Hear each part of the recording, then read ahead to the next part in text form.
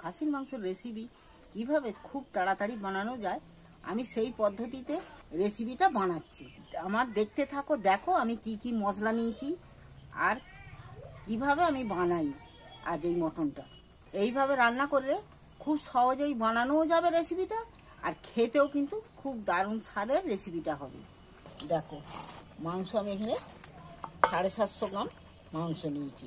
ছোট ছোট করে জিরে জিরে করে পেঁয়াজ কেটে নিয়েছি, আদা বাটা নিয়েছি, রসুন বাটা নিয়েছি। খুব কম মশলা দিয়ে করব। পেঁয়াজও দেখছো কমই নিয়েছি। পেঁয়াজটা আমি এর মধ্যে দিয়ে দিচ্ছি। চামচের মতো আদা বাটা, রসুন বাটা দুটোই সমান সমান নিয়েছি। 1 চামচ হলুদ গুঁড়ো। ঝালের জন্য আমি নিয়েছি লঙ্কার গুঁড়ো নিয়েছি 1 চামচ। এখানে ধনে পাউডার দিচ্ছি 1 চামচ। এর মধ্যে আমি তেলও বেশ খানিকটা তেল দিয়ে দিচ্ছি 2-4 চামচের মতো। এবার আমি ভালো করে মেখে নেব।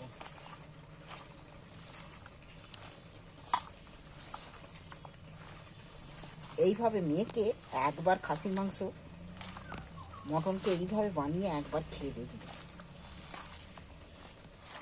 তোমাদের বারবার খেতে ইচ্ছা করবে। এইটা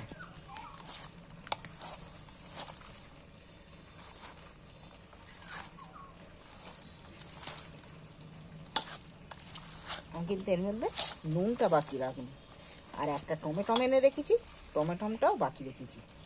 টমেটো আর নুন একসঙ্গে দেবো, এখন দেবো নুন। টক দই এখানে 100 গ্রাম নিয়েছি। টক দইটাকে একটু ফাটিয়ে নিচ্ছি। টক দই যে কোনো রেসিপিতে ব্যবহার করলে টক দইটাকে ভালো করে ফেটে নেবে, না ফেটে নিলে যে ডেলা ডেলা হয়ে থাকে তাহলে দইটা কেটে যায়, জিনিসটা যাতে দেবে। ফাটিয়ে নিলে ভালো হয়। বা যদি হাতের কাছে টক দই না পাও তাহলে লেবুর রসও দিতে পারো। আমি এটা দিয়ে দিচ্ছি। আমি টক দইটাও এর সাথে মিক্সড করে নিচ্ছি একসাথে।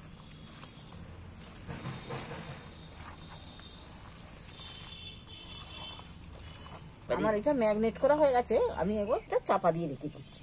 মটনটা করার জন্যে উনুনে প্রেসার কুকার বসিয়ে দিয়েছি, আর এবার সর্ষের তেলও একটু ঢেলে দিচ্ছি। 50 গ্রামের মতো তেল দিয়েছি।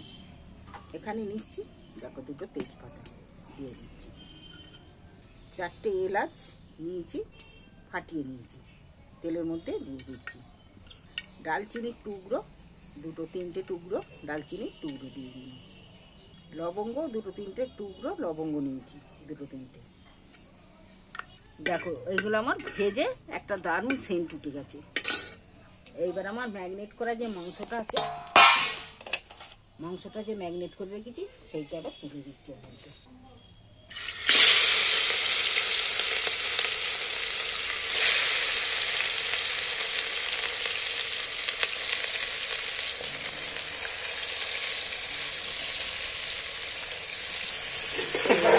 তেলের মধ্যে নাড়াচাড়া করে কষিয়ে নিতে হবে।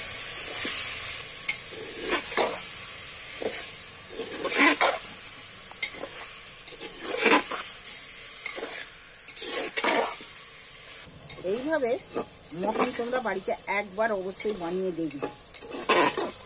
খেয়ে দেখে তোমাদের আর অন্যভাবে করে খেতে ইচ্ছা করবে না।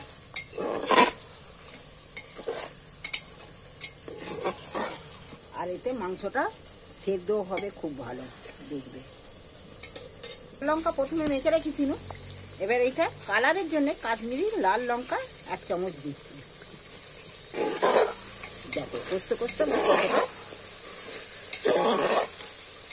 পেঁয়াজগুলো সব গলেই এসছি, দারুণ কিন্তু উঠেছে দারুণ।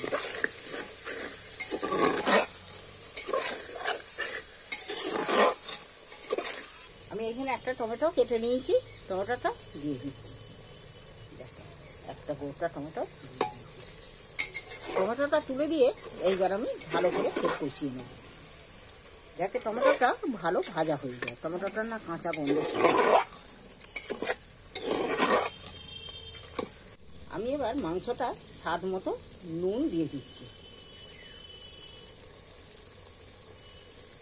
নুন প্রথমে দিইনি কেন, নুনটা দিলেই মাংসের জল কেটে যাবে, ওই জন্য নুনটা প্রথমে দিয়ে দিই, একটু কষিয়ে তারপর নুনটা দিই। এইবার মাংসটা কষতে থাকবো।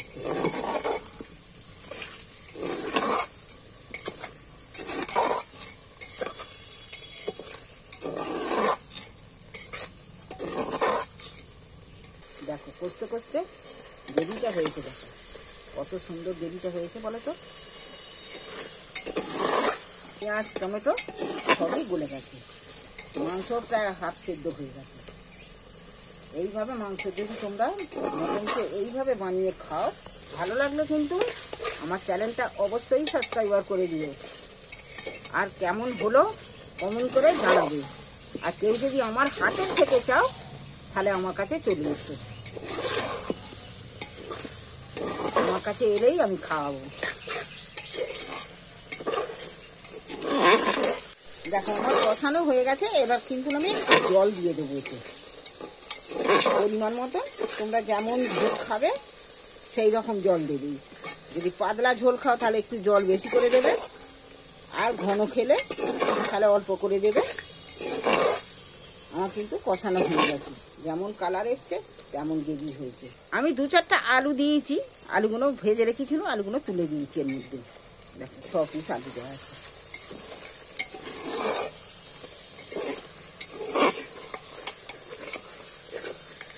মশলা ধোয়া জলটা আমি দিয়ে দিচ্ছি। এবার আলাদা জলও আমি এবার দিয়ে দিচ্ছি পরিমাণ মতন। আমি এবারে কুকারটা এঁটে দিচ্ছি। মিনিট 15 হয়ে গেল, এবার আমি খুলে দেখি। আঁচে বসিয়ে রেখে চলে গেছি, কাঠের আঁচ তো, 2টো সিটি করতে আর জাল বন্ধ করে দিয়েছি।